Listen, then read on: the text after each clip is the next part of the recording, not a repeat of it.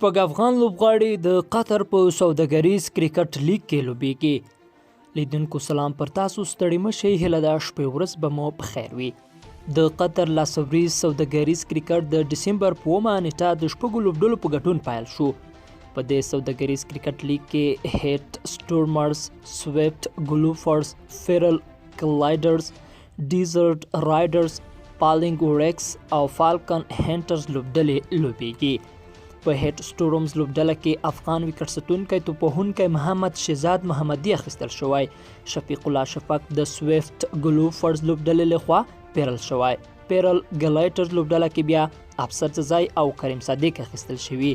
جاوید احمدي له ډیزرټ رایډرز لوبډلې سره لوبېږي. افتاب عالم فیلینګ اورکس لوبډلې پیرلی او فالکان هنټرز لوبډله کې بیا هیڅ افغان لوبغاړی نشته. د ډسمبر په 9 نیټه د شنبې په ورځ د دې لیګ لومړۍ لوبه د پیرل ګلایټرز او پلینګ اورکس ترمنځ ترسره شوه. فیرل لوبډلې د 5 لوبغاړو په سوځېدو سره 10 رونو کې 3 منډې وکړې. نوید مالک 2 وکټ واخیستې.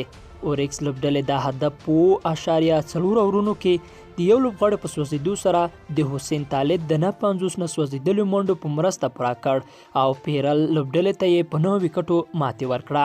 د لوبې غوره لوبغاړی حسین طالب ونومول شو.